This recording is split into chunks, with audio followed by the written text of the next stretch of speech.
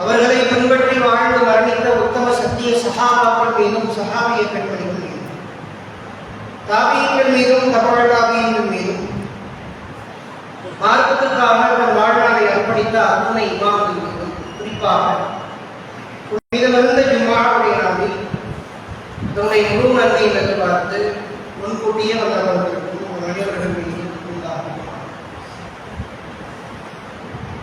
எல்லாம் அல்லாஹ்வின் நல்லடியார்களே, முஸ்லிம்களாக வாழ்ந்து கொண்டிருக்கிற நம் அனைவருமே மறுமை என்ற உறுதியான நம்பிக்கையோடு வாழ்ந்து கொண்டிருக்கிறோம். அவ்வப்போது மறுமையினுடைய சிந்தனைகள் துவண்டு போடாமல் கூட மறுமை நாள் என்ற ஒரு நாள் உண்டு, அதற்கு பிறகுதான் நிரந்தரமான வாழ்க்கை உண்டு என்ற நம்பிக்கை எல்லா முஸ்லிம்களுடைய மனதிலும் உண்டு. இந்த மறுமையில் விசாரணை என்பது கடுமையாக இருக்கும்.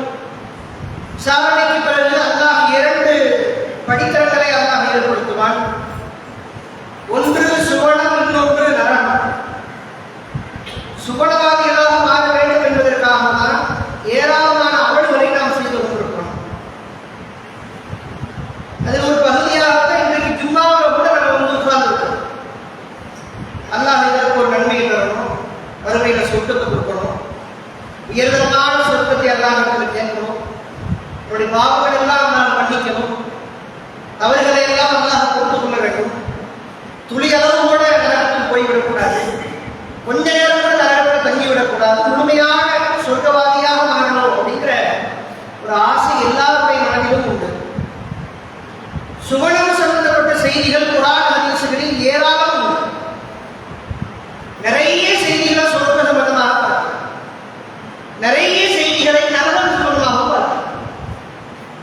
நிறைய செய்திகள் சொல்லப்பட்டாலும் கூட நபி ஸல்லல்லாஹு அலைஹி வஸல்லம் அவர்கள் சொன்னாங்க, சுவனம் சம்பந்தமாக உங்களுக்கு சொல்லப்பட்டவை மிகவும் சொற்பத்திலும் சொற்பம். குர்ஆன்ல பார்த்தீங்கன்னா நிறைய அல்லாஹ் சொர்க்க சம்பந்தமா சொல்றான். அதை பார்த்தாலே ஒரு வாழ்க்கையை தியாகம் பண்ணுகிற அளவுக்கு சொர்க்க சம்பந்தமா அல்லாஹ் சொல்லியிருக்கான். ஏடா துனியா சொர்க்கம் எப்படி இருக்கும், எவ்வளவு அல்லாஹ் மெச்சி சொல்லியிருக்கிறான், எவ்வளவு இன்பகரமான காரியங்கள் எல்லாம் சொல்லியிருக்கிறான் அப்படின்னு போதுமான அளவுக்கு சொல்லப்பட்டிருந்தாலும் கூட ரசூலுல்லாஹ் சொல்றாங்க, உண்மையான சொர்க்கத்தை விட சொற்பத்திலும் சொற்பமான செய்தி தான் உங்களுக்கு சொல்லப்பட்டிருக்கு அப்படின்னு ரசூலுல்லாஹ் சொன்னாங்க.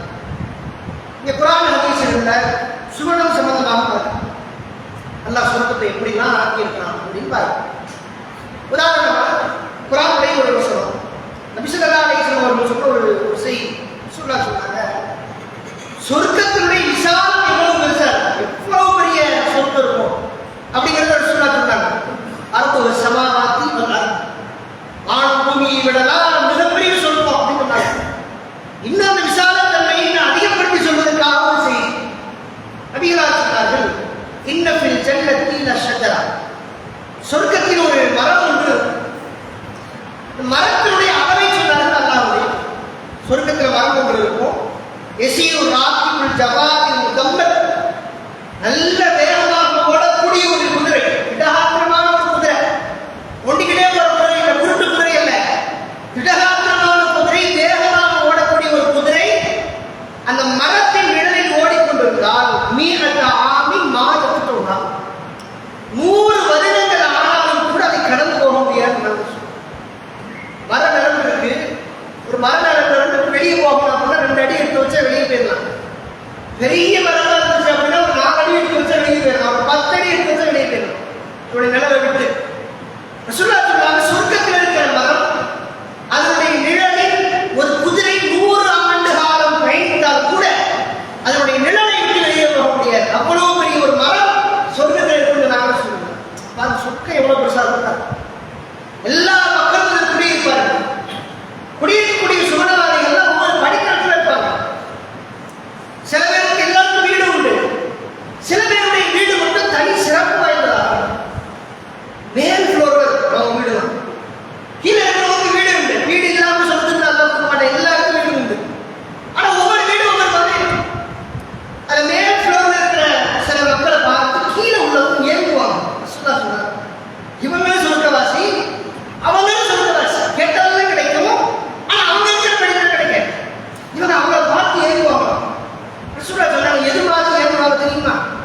நீங்கள் எப்படி நட்சத்திரங்களையும் விண்மீன்களையும் பார்க்கிறீங்களோ, இப்படி விண்மீன் ஸ்டார் என்று பார்க்கிறீங்களா வானத்துல, அது மாதிரி இங்க இருக்கிறவங்க ஸ்டார் இங்க மேல இருந்தவங்க நமக்கு அந்த மாதிரி ஒரு வீடு இல்லைப்பா அப்படின்னு பார்த்து உயர்ச்ச அளவுக்கு பலகட்டமான இன்பங்களை எல்லாம் சொர்க்கத்தில் ஏற்படுத்தி சுவாரஸ்யமான சம்பவம் உண்டு.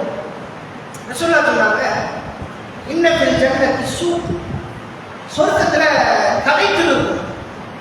கடத்தல் வேணும் மனுஷனுக்கு ரிலாக்ஸ் பண்றதுக்காக கடத்தல் வேணும். நம்மளாம் போகிறோம், யாராவது ஒரு ஆள் மனசை கை வச்சு சொல்லுங்க, கடத்தலுக்கு போகும்போது நான் இந்த ஜாமான் வாங்குறதுக்காக போனா அந்த ஜாமான் வாங்கி திரும்பி வந்தேன், அப்படி யாராவது சொல்ல முடியுமா? சூப்பர் மார்க்கெட்டுக்கு போறீங்க, வீட்டுல இருந்து கிளம்பு போதும் அவ்வளோ தீர்ந்துருச்சு, வாங்க சூப்பர் மார்க்கெட் போயிட்டு வருவோம். பக்கத்து கடையிலே இருக்கும் போதும். சூப்பர் மார்க்கெட்டுக்கு எதுக்கு போவோம்? சும்மா வச்சுப்போம், போய் பார்க்கணுங்க கடை எப்படி இருக்கு, நமக்கு தேவைப்படுமா? கடைசியில் வாங்கிட்டு 2000 ரூபாய் பில்லு வரும். நாங்க படத்துக்கு 30 ரூபாய்க்கு போதும் வாங்க.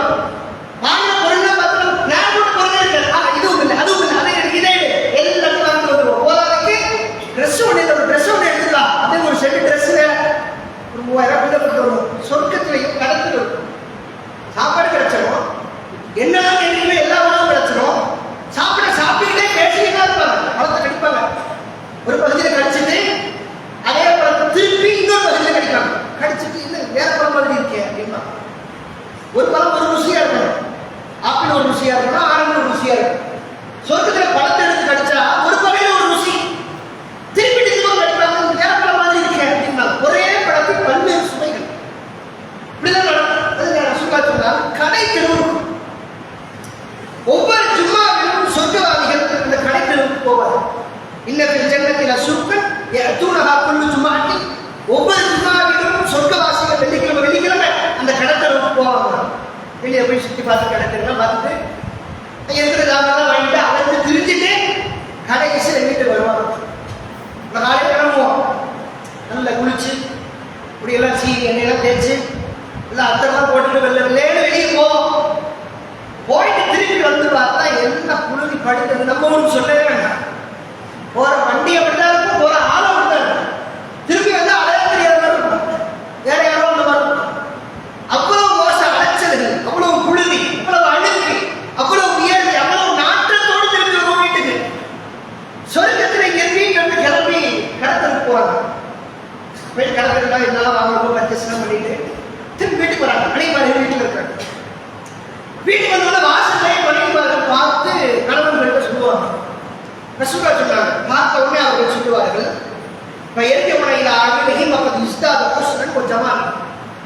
வீட்டை விட்டு வெளியேறுகிற பொழுது எந்த அழகோடு எப்படி ஒரு தூய்மையோடு வெளியேறுகிறார்களோ அதை விட பன்மடங்கு அழகாக திரும்பி வருவார்கள்.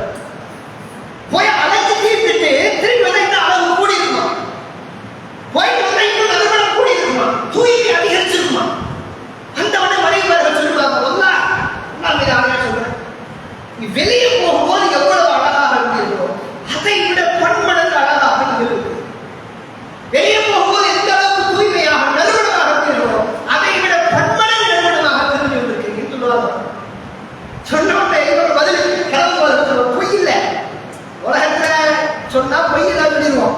நல்லா அழகா இருக்கீங்க அப்படின்னா நம்ம சொல்லி ஆகணும், வழி இல்லை, நல்லா இருக்கீங்க அப்படின்னு சொல்லி ஆகணும். சொர்க்கத்துல உள்ள போயிட்டு அவங்க சொல்லுவோம், ஆமா நான் வெளியே போகும்பொழுது நீ எந்த அளவுக்கு அழகாக இருக்கியோ அதை விட பெண்மடங்கு அழகாகவும் நறுமணமாகவும் இருக்கிற அப்படின்னு வெளியே போயிட்டு வீட்டில் வருவோம்.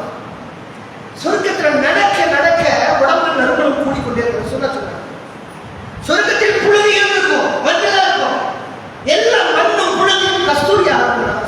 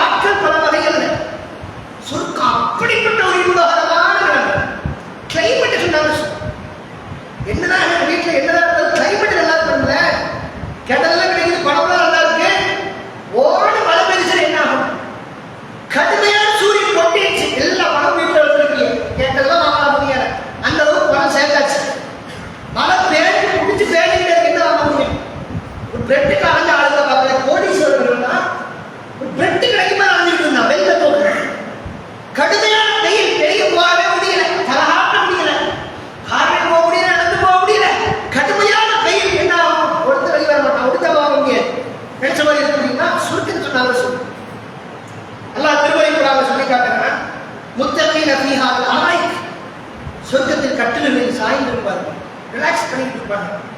அல்லாஹ் சொல்றான், அந்த நேரத்தில் லா யரௌன ஃபீஹா ஷம்ஸு வலா ஸம்ஹரீரா, கடும் சூரியனையும் பார்க்க மாட்டார், கடுமையான குளிரையும் பார்க்க, கடும் குளிரும் துன்பம், கடும் சூரியன் துன்பம், ரெண்டு பேருக்கு ஒரு மிதமான கிளைமேட் இருந்துகிட்டே இருக்க ஆசையா. நரகத்துக்கு போனவரை பார்த்துட்டு இந்த கிளைமேட் வந்து எப்படி இருக்கும்? ஒவ்வொருத்தரும் கருகிட்டு இருப்பாங்க பக்கம், அளவு சத்தத்தெல்லாம் பார்த்துட்டு இருக்காங்க. அல்லாஹ் சொல்றலையா வைமைக்கும் இல்லா வாய்ப்புகா, நீங்க எல்லாருமே நடக்கிற கடந்தாகணும் நல்லா சொன்னாங்க. ரசூலுல்லாஹ் கேட்கப்பட்டுச்சு, அல்லாஹ்வுடைய தூதரே நீங்க கடந்துமா? ரசூலுல்லாஹ் சொன்னாங்க ஆமா. எல்லா நடந்து கடந்துட்டு சொல்லிட்டு வந்திருப்பாங்க. எப்படி இருக்கும்? கூட இந்த நன்மை நரகத்தில் இருந்திருப்பாங்க, சித்தப்பா மாமா பெரியப்பா எல்லாம் நரகத்தில் இருப்பாங்க. உதாரணத்துக்கு இப்ப சொர்க்கத்துக்கு வந்துட்டா பெற்ற தாய் நரகத்தில் இருப்பா, சொர்க்கத்துக்கு வந்துருப்பாங்க. பெற்ற பிள்ளை நரகத்தில் இருப்பா, சொர்க்கத்துக்கு வந்துருப்பாங்க. இப்ப எப்படி இன்பமா இருக்கும் பாருங்க. எல்லாரும் மாட்டிக்கிட்டாங்க, நான் தப்பிச்சு வந்ததே பெருசு, கொக்கி போட்டு இழுக்கிற பாலத்தை தாண்டி வந்ததே பெருசு, விசாரணை லேசாக இருக்கு, நானும் பாவம் தௌபா எடுத்ததே பெருசு. அதுல இப்படி இன்பமெல்லாம் கொடுத்தா எவ்வளவு திருப்தியாக யோசிக்கிறாங்க. சொர்க்கத்துல மனநிலையே நிம்மதியாக, உலகத்துல கிடைக்காத ஒன்று மறுமையில ரொம்ப ஈஸியா கிடைக்கிற ஒன்று மன நிம்மதி. நல்லா சொல்றாங்க, எழுப்பப்படுவார்கள், விசாரணை இன்னும் இல்லை, மகிழ்ச்சியாவே எழுப்பப்படுவாங்க. நல்லா சொல்றான், எழுப்பப்படுகிற பொழுது அவர்கள் கவலைப்படவும் மாட்டார்கள், பயப்படவும். கவலை இல்ல, பயம் இல்லை. சொர்க்கத்தில் எழுப்பப்படுகிற மறுமையில எழுப்பப்படுகிற ஒரு மூவிக்கு அல்லாஹ் புரிய பேரருள் துனியாவில் ஒரு மனிதனுக்கு கிடைக்காத பேரருள் மறுமையை எடுத்தோடே கிடைச்சு. கவலை இருக்காது, பயம் இருக்காது, நிம்மதியாக இருப்பாங்க, குரோதம் இருக்கலாம், ஏறுவாங்க. அன்றைய அவங்களுக்கு பெரிய வீடாக நமக்கு கிடைக்கல, ஏறுவாங்க. புறாங்க ஏற்கனவே புறாம வித்தியாசம். ஒருத்தர் தொழுகிறான், நல்லா சூப்பரா கிராமத்தை ஓடி தொழுகிறானப்பா, நமக்கு அது மாதிரி கிராமம் இல்லை, இது பொறாமையா இல்லை. சொன்னாங்க இதுல பொறாமை கொண்டா தப்பு இல்லை, சில பொறாமைகள் நல்லதா இருக்கும். அது மாதிரி ஏற்றுவாங்க, பொறாமை இருக்காது, குரோதம் இருக்காது. அவனை அழிக்கணும், இவனை அழிக்கணும், இவனை பத்தி பேசணும், அவனை பத்தி பேசணும், அவளை பத்தி பேசணும், இவனை பத்தி பேசணும், அவனை பத்தி தப்பா பேசணும், இவனை பத்தி தப்பா பேசணும், அவனை திட்டணும், இவனை திட்டணும், இவனை அடிக்கணும், அவனை அடிக்கணும், இவன் நாசமா அவன் நாசமா ஆகணும், எந்த எண்ணமே இருக்க சொல்றதுல மனநிலையா இருக்கும். ونزعنا ما في صدورهم من غل إخوانا على سرور متقابلين. அவருடைய உள்ளத்திலிருந்து குரோதத்தை கலட்டிடுவோம். கலட்டி பேர்த்து எழுதுவாங்க. மூவிங் விட்டது குரோதமே இதில் பார்த்து புறாமப்பட மாட்டேங்க, கோபம் கொள்ள மாட்டேங்க, சாந்தமான ஒரு மனநிலையோடு சொல்லுவோம். இது கிடைக்காது இந்த துணியால. என்ன கிடைச்சா இப்படி ஒரு நிலைமை கிடைக்குமா? ஒரு பொறாமைப்படாத ஒரு மனது, ஏங்காத ஒரு மனது, அடுத்தவனை பத்தி பேசாத ஒரு மனது, அடுத்தவனை பத்தி துன்பமாக நினைக்காத ஒரு மனது, மறுமையில் சொர்க்கவாதிகள் கிடைக்கும். அதிலேயே உயர்ந்துருவாங்க. சொர்க்கம் எப்படியான ஒரு இன்ப சோலைகள். இவ்வளவு சொல்லிக்கிற சொல்றாங்க, இதெல்லாம் சொச்சம்பா ஆத்மேன் நிறைய இருக்கிறாங்க. அல்லாஹ் உங்களுக்கு சுகடம் சொல்லுவாங்க, சொல்றது எல்லாம் சொர்க்கத்திலும் சொல்லுங்க நிறைய இருக்கு அப்படின்னு. வறுமையை மட்டும் நீங்கள் பார்த்தால் குறைவாக சிரிப்பீர்கள், அதிகமாக அழுவீர்கள். இந்த நரக துன்பத்தை பார்த்தாலும் சரி, சொர்க்க இன்பங்களை பார்த்தாலும். சொர்க்க எனக்கு முக்கிய இன்பமா இங்க போய் இன்பமா இருக்கு.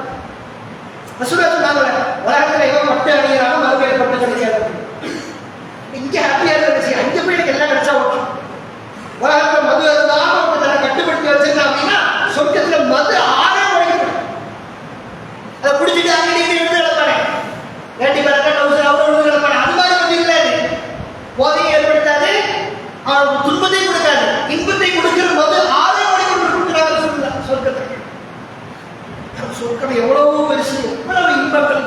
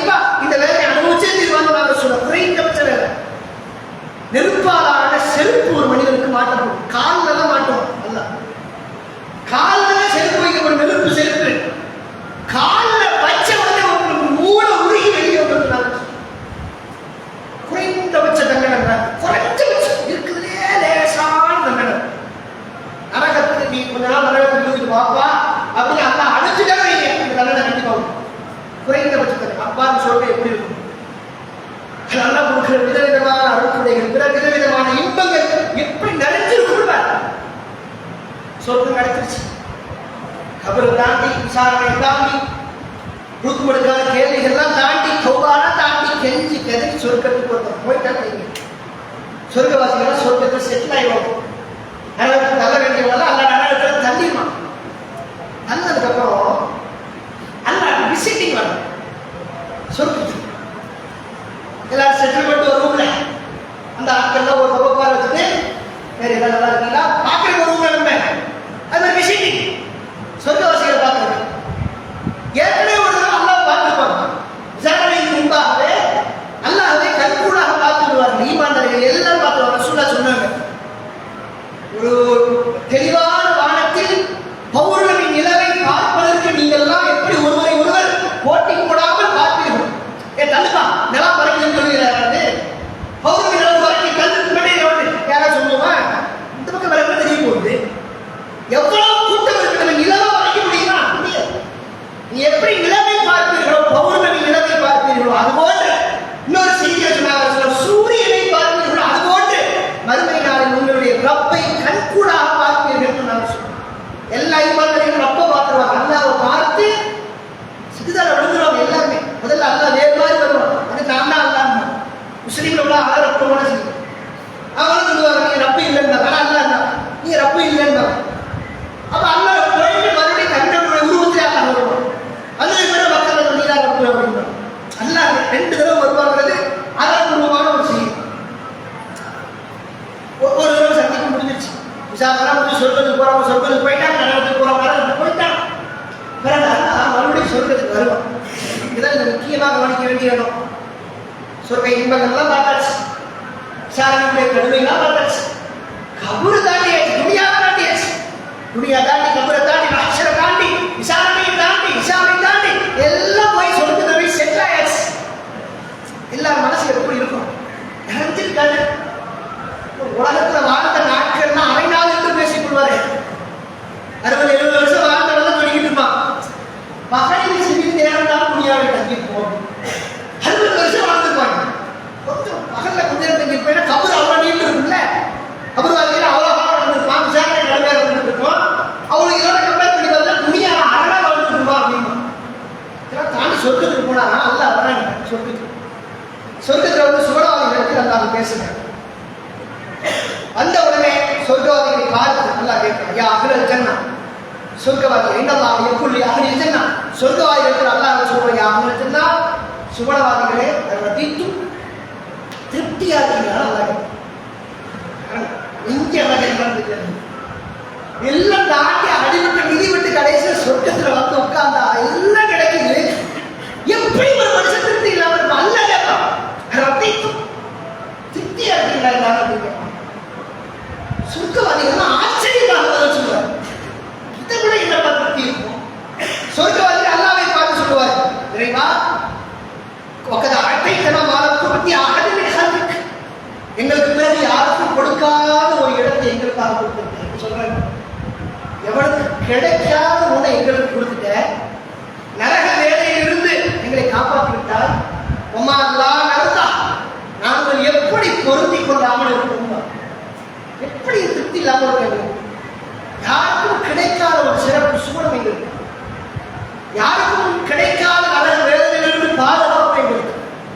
துனியாவை போன்று அல்ல, துனியாவை ஒப்பிட்டே பார்க்க முடியாது. சொல்றதோட எல்லாம் சொல்ற செத்த ஆட்டம் மற்றவன துனியா என்ன எல்லாமே இன்பமாக தெரியும். அனுபவிக்கிறார்கள் எல்லாம் இன்பமாக பெரிய பெரிய இலக்குகள் சொல்லுவோம். இந்த காரணம் இந்த காரணம் அந்த வீடு வாங்க அந்த வீடு வாங்க அந்த பொருள் இந்த பொருள் பெரிய இலக்கே இருக்கிறது. கிடைச்சிருச்சு கிடைச்சி முடியும். எவ்வளவு திருப்தியாக இருக்கும்? 3 நாளைக்கு திருப்தியா இருக்குன்னா, 10 நாளைக்கு திருப்தியா இருக்குன்னா, 1 மாசம் திருப்தியா இருக்கும். முடிச்சாதான் கிடைக்கிற வரைக்கும் ஓட்டம். என்ன ஹராம் செலக்ட் கிடைச்சிச்சுன்னு அவ்வளவுதான் இருக்கிறதுல ஓட்டம். எல்லாமே அப்படிதான் பார்த்துருக்கோம். எதுக்கோ ஓடிக்கிறது என்ன கடைசி கிடைச்சிருக்கு? எது உங்களுக்கு முழு திருப்தியா இருக்கும்? எது நிம்மதியா இருக்கும்? ஒரு நிம்மதி கிடைச்சிருக்கணும். இன்னொரு பெரிய ஓட்டம் இருக்கும், பெரிய ஒரு குஷிப்பட்டை கிடைக்கும். ஒரு இன்பம் கிடைச்ச உடனே இன்னொரு பெரிய ஆனா அடப்ப இந்த ஓட்டணும், இதை அடப்ப இந்த ஓட்டணும். இப்படிதான் வாழ்க்கை முடியும்.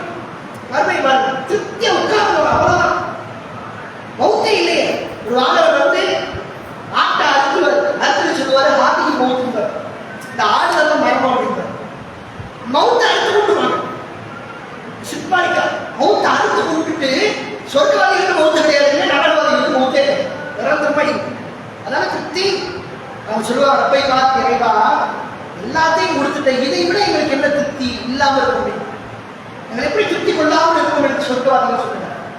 அப்ப அல்லாஹ் அவர்களை பார்த்து சொல்லுவான், அல்லாஹ் சொல்லுவான்,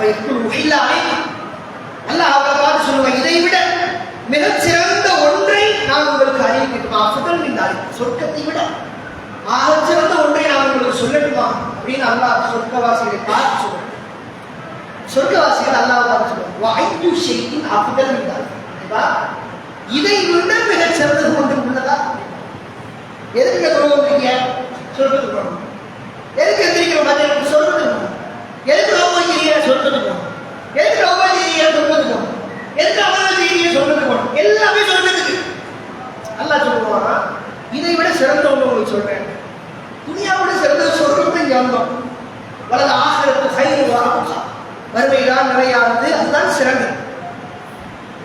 இந்த உலகத்தோட வறுமை சிறந்தது, சொர்க்கம் சிறந்ததுன்னு அங்கே வந்தோம். அல்லாஹ் இதை விட சிறந்த ஒன்று உங்களுக்கு சொல்றேன் அப்படின்னு சுருக்கவாசி ஆசிரியமா கேட்பாங்க, வாய்ப்பு செய்யா இருந்தாலும் நிறைவா இதை விட சிறந்த ஒன்று உள்ளதா அப்படின்னு கேட்பாங்க. அப்ப அல்லாஹ் அவர்களை பார்த்து சொல்லுவான், அவன் இதை விட சிறந்த ஒன்றை உங்களுக்கு தரப்போகிறேன் சொல்லிட்டு அல்லாஹ் அவர்களை பார்த்து சொல்லுவான், ஒஹில்ல அலைக்கும் ரிதுவானி ஃபலா அஸ்குத் அலைக்கும் பஅதஹு. உங்கள் மீது என்னுடைய ரிதுவானத்தை கொடுக்கிறேன், திருப்தியை கொடுக்கிறேன், பொருத்தத்தை கொடுக்கிறேன். இதற்கு பிறகு ஒரு நாளும் உங்கள் மீது கோபமே பட மாட்டேன்னா சொர்க்கவாதிகள் சொர்க்கத்தை விட சிறந்தது தெரியுமா? அல்லாஹ் கோபப்படாத ஒரு நிலை நம் மீது இருக்கிறது. அல்லாஹ்வுடைய முகம் பொருத்தம் நம் மீது இருக்கு. சொர்க்கத்தை விட சிறந்தது.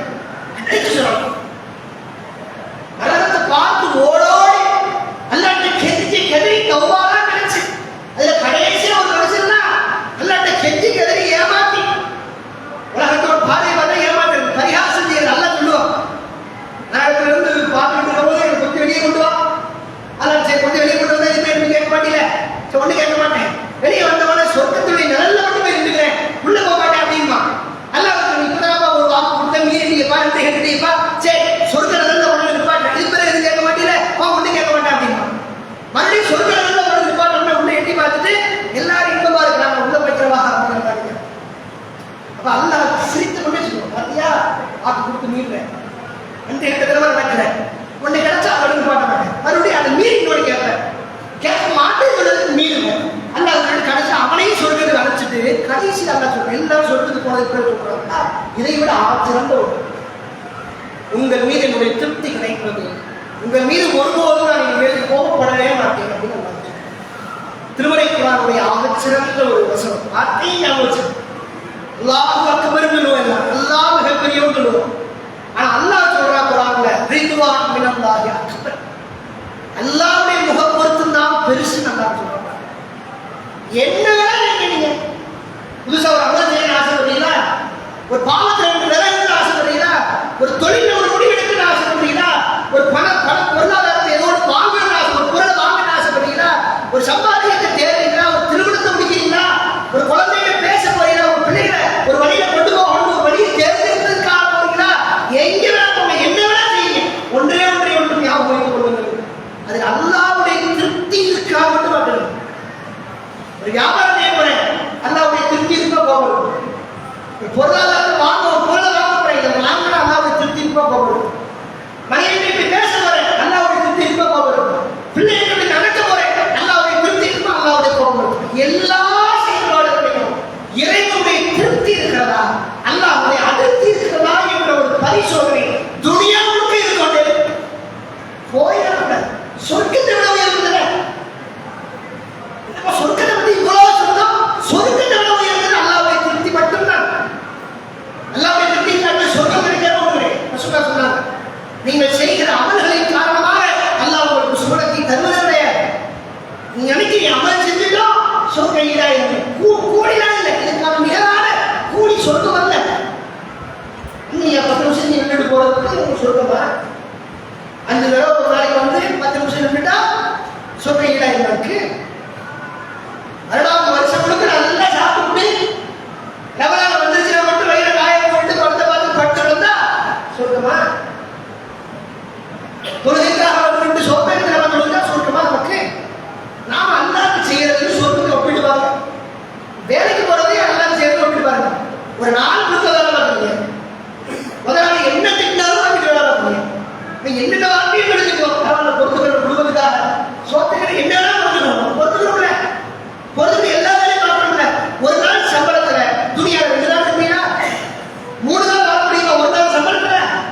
ஒரு 4 மணிக்கு உடைந்தால் துணியாக 3 நாள் வரலாம், 2 நாள் வரலாம் குடும்பம். ஒரு நாளில் சில மணி துணிகள் அல்லாவுக்கு ஒதுக்குறதுனால நிரந்தரமான வாழ்க்கையை கற்பனை பண்ண முடியாது. ரசூலுல்லாஹ் எழுதுறாங்க, நீங்க செய்யற அமல்களின் காரணமாக சொர்க்கத்துக்கு போறதில்லை, மாறாக அல்லாஹ் உங்களுக்கு புரிகிற ரஹ்மத்தின் காரணமாக சொர்க்கத்துக்கு, அல்லாஹ்வுடைய இரக்கத்தினால தான் சொர்க்கம். போனா இறக்கப்பட்டு கடைசி அல்லாஹ் போகவே கிடையாது, உண்மையில திருப்தி கொள்கிறேன் அப்படின்னா வாழ்நாள் முழுக்க எல்லா செயல்பாடுகளையும் அல்லாஹ்வுடைய முக பொருத்தத்தை மட்டும் இருப்பார். குர்ஆனில் அல்லாஹ் உயர்த்தி பேசிய பல நபர்கள் அல்லாஹ்வுடைய திருப்திக்காக வாழ்வார்கள். தனக்கே சாப்பாடு இல்லை, தன் பிள்ளைக்கு சாப்பாடு இல்லை, ரசூலுல்லாஹ் ஒரு மனிதனுக்கு உணவு கொடுக்க சொல்லிட்டாங்க சொல்லி ஒரு இரவு முழுக்க பட்டினியாக நடித்துக் கொண்டிருந்தார்கள் 2 பேர், ஒரு ஜோடி அபூதல்ஹா உம்முசுலைம். குர்ஆன் அல்லாஹ் உயர்த்தி பேசுகிறார். நமக்கே வறுமை இருந்தால் கூட அல்லாஹ்வுடைய முக பொருத்தத்துக்காக வேண்டி நம்மை விட பிற மனிதருக்கு அவர்கள் முன்னுரிமை கொடுக்கிறார். கியாமத் நாள் வரைக்கும் யார் குறித்த வசனம் என்று கேட்டால் அந்த 2 பேர் தான். ஏன் ஒன்னே அல்லாஹ் பிடிக்கும், அதனால எவ்வளவு கஷ்டமா இருந்தாலும் ஒரு விஷயத்தை விட முடியாது. அல்லாஹ் பிடிக்க விட்டுருவோம், அவ்வளவுதான். அல்லாஹ் பிடிக்காம வேண்டாம், என்ன செஞ்சு என்ன இன்பமாக இருக்கணும், அல்லாஹ் திருப்தி கொள்ள மாட்டான், அல்லாஹ் கோபம் கொள்ள விட்டு வெளியே எவ்வளவு பணம் கொடுக்கறது, எவ்வளவு வருமானம் கொடுக்கட்டும், எவ்வளவு இன்பத்தை கொடுக்கட்டும், துனியாவில் கண்டு முன்னாடி பெரும் பெரும் படைப்புகளை கொடுக்கட்டும், என்னென்ன கொடுத்தா அல்லாஹ்வுடைய திருப்தியை கொடுக்க தூக்கி எரிஞ்சிடும். நான் ஏழ்மையா இருக்கிறது அல்லாஹ்வுடைய திருப்தியை கொடுக்குமா, அதையும் எதிர்ப்போம்.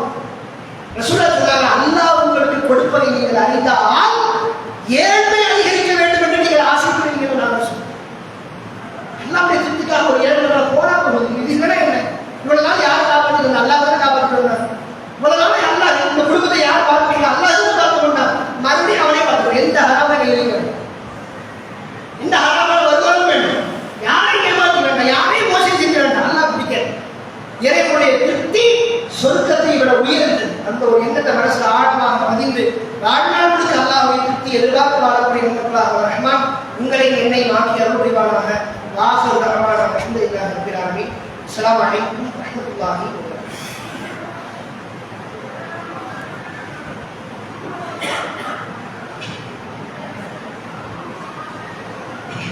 அஸ்ஸலாமு அலைக்கும் அல்ஹம்துலில்லாஹி ரப்பில் ஆலமீன். والصلاة والسلام على سيدنا محمد وآله وصحبه إلا بلغ الله. அல்லாஹ்வுடைய திருப்திக்காக வேண்டி சின்ன சின்ன விஷயங்களை கூட மாற்றிக்கணும். அல்லாஹ் கோபப்படுகிற காரியங்களை செஞ்சுக்கிட்டு இருக்கோம் அப்படின்னா மறுபடியும் சொல்ல கிடைக்கும். ஒரு மனிதன் ஒரு அமல் செஞ்சிருக்கிறாரு, பாவம் செஞ்சிருக்கிறார், இன்னொரு மனிதன் அதே மாதிரி அமல் செஞ்சிருக்கிறார், பாவம் செஞ்சிருக்கிறார். ஒருத்தர் அல்லாஹ் நம்பிப்பான், இன்னொருத்தருக்கு சொர்க்கத்தை கொடுக்கும். இது அநியாயம். அவன் செஞ்ச பாவத்துக்கு தண்டனை அல்லாஹ் கொடுக்கும், இவன் செஞ்ச பாவத்தை அல்லாஹ் மன்னிக்கணும். அவர் செஞ்ச நன்மைக்கு சொர்க்கம் அல்ல, இவன் செஞ்ச நன்மைக்கு சொர்க்கம் இல்லை. ஏன் அப்படின்னா இவன் செய்த சில பாவங்கள் இறைவனுக்கு கோபத்தை ஏற்படுத்துகிற பாவங்கள். பாவங்களே ஒன்றாக இருக்கிறார். வட்டி வாங்குறது அல்லாஹ்வோடு போர் செய்யறது சம்பவம் நாங்கள் சொல்றோம். திருமலை கூட அல்லாஹ் சொல்றோம், அல்லாஹ் ரசூலுக்கு எதிராக பகிரங்கமாக போர் அறிவிப்பை செய்கிறவர் தான் வட்டி வாங்குறாரு அப்படின்னு நாங்கள் சொன்னோம். அல்லாஹ் கோபம் ஏற்படுத்துகிற மாதிரி பாவம் செஞ்சு அவருக்கு அல்லாஹ்வுடைய இரக்கம் இருக்கு, பொருத்தம் இருக்கு. எவ்வளவு வச்சுதான் சொல்லிட்டு போக மாட்டேன், இந்த பாவங்களுக்கு தண்டனை அனுபவிக்கும். ஆனா ஒருத்தர் கடைசி நேரத்தில் இஸ்லாத்தை ஏற்கிறார், கடைசி நேரத்தில் கொஞ்சம் அவன் செய்யறாரு, அல்லாஹ்வுடைய கோபத்துக்காக இவருக்கு சொர்க்கத்துக்காக சொல்லும். ஏன் இவர் செய்த சின்ன காரியம் கூட அல்லாஹ்வுடைய திருப்திக்காக. கடைசி நேரத்தில் தூக்கி எறிஞ்சிட்டார், எந்த பாவம் செய்ய மாட்டேன் தூக்கி எறிஞ்சிட்டார். ஒரு நாள் தான் வஃபாத். இவர் செஞ்ச பாவங்களுக்கு அல்லாஹ் தௌபா கொடுக்கும். இவர் இருக்கிற காலமே செய்கிற அமல்களுக்கு எல்லாம் கூலிகள் அல்லாஹ் பாருங்க. அல்லாஹ்வுடைய திருப்தினால தான் சின்ன சின்ன விஷயமா இருந்தாலும் அல்லாஹ்வுடைய திருப்தினால தான் சொல்ல முடியும். அல்லாஹ்வுடைய திருப்தி சொல்றதை விட மேலான அப்படிங்கிறது வரும். இன்னொன்று சின்ன சின்ன காரியங்களால அல்லாஹ்வுடைய கோபத்துக்கு ஆவாயும். உதாரணம் சொன்னாங்க, இன்னும் அபதரையற்ற கல்வி கனிமத்தின் மெதுவானல்லா ஒரு அடியார் அல்லாஹ்வுடைய முக பொருத்தத்துக்காக வேண்டிய ஒரே ஒரு கனிமாவை சொல்கிறார், ஒரு வார்த்தையை சொல்கிறார். அல்லாஹ்வுடைய பொருத்தமான ஒரு வார்த்தையை சொல்கிறார். லா யுல்கானஹா, அந்த பின்வினைகள் எதிர்பார்க்காம சொல்றார். சும்மா பேசும்போது சுபஹானல்லாஹ் உட்கார்ந்து சொல்லுவோம். முதல்ல இது என்ன நன்மை எதிர்பார்த்து சொல்லலாம். சும்மா பேசிட்டு இருக்கும்போது சுபஹானல்லாஹ் வருது, ஒரு அல்ஹம்துலில்லாஹ் அல்லாஹ் அக்பர் இது அல்லாஹ் புகழ்ந்த வார்த்தை. ஆனால் நம்ம அதை குறிப்பிட்டு சொல்லிட்டுதே நிலவரம் எல்லாருக்கும் வந்துருவாங்க. பின்விளைவை எதிர்பார்க்காமல் ஒரு மனிதன் அல்லாஹ்வுக்கு பொருத்தமான ஒரு வார்த்தையை சொல்கிறார். ஏற்புல்லாஹி தரஜா அதன் காரணமாக அல்லாஹ் அவரை படித்தரத்தால் உயர்த்தி கொண்டே போகிறார்.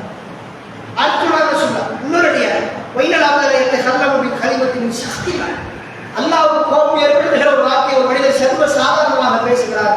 அதன் காரணமாக பின்விளையை எதிர்பார்க்காமல் பேசுகிறார். நரகத்தில் தூக்கி எறியப்படுகிறார். ஒரு வார்த்தை தான் அல்லாஹ்வுடைய திருப்திக்கு ஏற்படுத்துறமா அல்லாஹ்வுடைய திருப்தி ஏற்படுத்துறமா வார்த்தையா இருக்கு. பின்விளைவை எதிர்பார்க்காம சர்வசாதாரணமா ஒரு வார்த்தை நல்ல வார்த்தையா சொன்னீங்கன்னா புரியுற போது அல்லாஹ்வுடைய திருப்திக்கான பின்விளைவை எதிர்பார்க்கலாம் மோசமான வார்த்தை அல்லாஹ்வுக்கு கோபத்தை அருவருக்கத்துக்கு பேசுறதுன்னு சொன்னாங்க இருக்காங்க. அல்லாஹ் பிடிக்காதுன்னு சொன்னாங்க. சர்வசாதாரணமா பேசுறோம். இதனால ஒரு பாவமா ஒரு தண்டனையால் எதிர்பார்க்காம அதன் காரணமாக ஒருத்தர் நரகத்தில் தூக்கி எறியப்படுகிறார். அல்லாஹ்வுடைய திருப்திக்காக சின்ன சின்ன காரியங்களை மாற்றும். அல்லாஹ்வுடைய அதிருப்தி ஏற்படுத்துகிற காரியங்கள் சின்ன சின்ன காரியங்கள் அதை திருப்தி கொள்ளும். அதனால அல்லாஹ்வுடைய தூதர் அவர்கள் ஒரு பிரார்த்தனையை செஞ்சார்கள். அல்லாஹ்வுடைய திருப்தி எதிர்பார்ப்பதை போன்று ரசூலுல்லாஹ் ஒரு பிரார்த்தனை செஞ்சிருக்கிறாங்க. சஹீஹ் முஸ்லிம்ல பதிவு செய்யப்பட்டு செய்யும். அல்லாஹ்வுடைய தூதர் அவர்கள் சொன்னார்கள் அல்லாஹும்ம இறைவா அஊது பிரிதாக மின் ஷாஸ்திக் உன்னுடைய திருப்தியின் மூலம் நீ கோபத்தை விட்டு பாதுகாப்புகிறேன். ரசூலுல்லாஹ் சொன்ன ஒரு துஆ பாதி சொல்லிருக்கேன். பாதி மனப்பாடம் பண்ணி சொன்னாலும் போதும். அல்லாஹும்ம அஊது பிரிதாக மின் ஷாஸ்திக் கோபத்தை விட்டு உன் திருப்திக்காக வேண்டி நான் கேட்கிறேன் அப்படின்னு கேட்டாங்க. அப்ப இது ஆபத்துக்கு மின் உக்கூபத்திக்கு உன்னுடைய நன்மையை கொண்டு தண்டனை விட்டு பாதுகாப்பை கேட்கிறேன். நன்மை கேட்டுக்கிறாங்க, தண்டனை விட்டு பாதுகாப்பு கேட்கிறாங்க, திருப்தி கேட்கிறாங்க, அதிர்ச்சி கேட்காம கேட்கிறாங்க. ரெண்டு வார்த்தையிலே 4 விஷயத்தை ரசூலுல்லாஹ் கேட்கிறாங்க. துஆ முடியுது வஅஊது பிக்க மின்க லா அஹ்ஸா லா அஹ்ஸியா தனாக அலைக்க அந்த கமா அஸைத அலா நஃப்ஸி இறைவா என்னால் உன்னை முழுமையாக புகழ இயலாது. ரசூலுல்லாஹ் சொல்றாங்க என்னால் உன்னை முழுமையாக புகழ இயலாது, மாறாக நீ எப்படி உன்னை புகழ்ந்திருக்கிறாயோ அப்படித்தான் இருக்கிறாய். குர்ஆன் எடுக்கிறோம் அல்லாஹ் எப்படி புகழ் அல்லாஹ் தான் எடுத்தார். நம்மள உட்காந்து என்னையா யோசிச்சிருக்கோமா? எல்லா புகழ் இறைவனுக்கே சொல்றோம். யாருக்கு கொடுத்து அல்லாஹ் தான் சொல்றோம். இறைவனே தூயவன் சொல்றோம். யாருக்கு கொடுத்து அல்லாஹ் தான் சொல்லிட்டு இப்படி புகழ்காவே. முதல் மனிதர் ஆரம்புக்கு தௌபா வார்த்தை அல்லாஹ் தான் சொல்றார். பாவஜந்தரா இருக்கிற வாயிலை படிச்சு தெரியுமா புரிந்த பையன் அல்லாஹ் தான் சொன்னான். எப்படி தௌபா செய்யறது ஆரம்புக்கு நாம் தான் கற்றுக் கொடுத்துறாங்க. அல்லாஹ் புகழ் நம்மளால புகழ முடியாது. அல்லாஹ் எப்படி புகழ் நம்ம கற்றுக்கொள்றோம் அதெல்லாம் சொல்லலாம். ரசூலுல்லாஹ் சொன்னார் உன்னை என்னால் முழுமையாக புகழுகிறார், மாறாக நீ எப்படி உன்னை புகழ்ந்திருக்கிறாய் அப்படித்தான் நீ இருக்கிறாய். ஒரு அற்புதமான ஒரு துஆ சஹீஹ் முஸ்லிம்ல 839வது இலக்கத்தில் பதிவு செய்யப்பட்டிருக்கு. எடுத்து படிச்சு மனப்பாடம் செஞ்சிருக்காங்க. அதிகமாக தொழுகைகளை கேளுங்க. கைப்பட முறையில் கேட்கும்பொழுது துஆ கேட்கணும். அல்லாஹ்வுடைய திருப்தி நமக்கு வேணும், அல்லாஹ்வுடைய கோபம் என்ற உங்களுக்கு கூடாது அப்படிங்கிற பிரார்த்தனையை அதிகமாக செய்து கொள்ளுங்கள். அஸ்ஸலாமு அலைக்கும் வரஹ்மத்துல்லாஹி வபரகாத்துஹு.